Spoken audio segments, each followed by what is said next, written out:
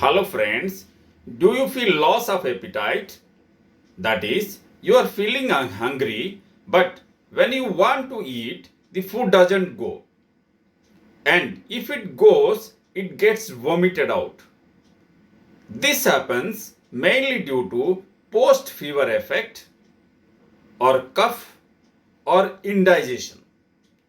For this, a simple home medicine given in Lakhman Mishra's Ghar Vaidya.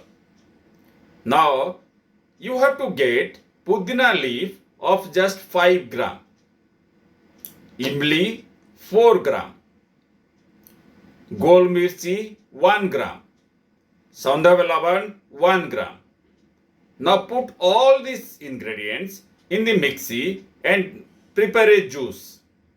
Then have this juice once in a day till the disease is cured fully.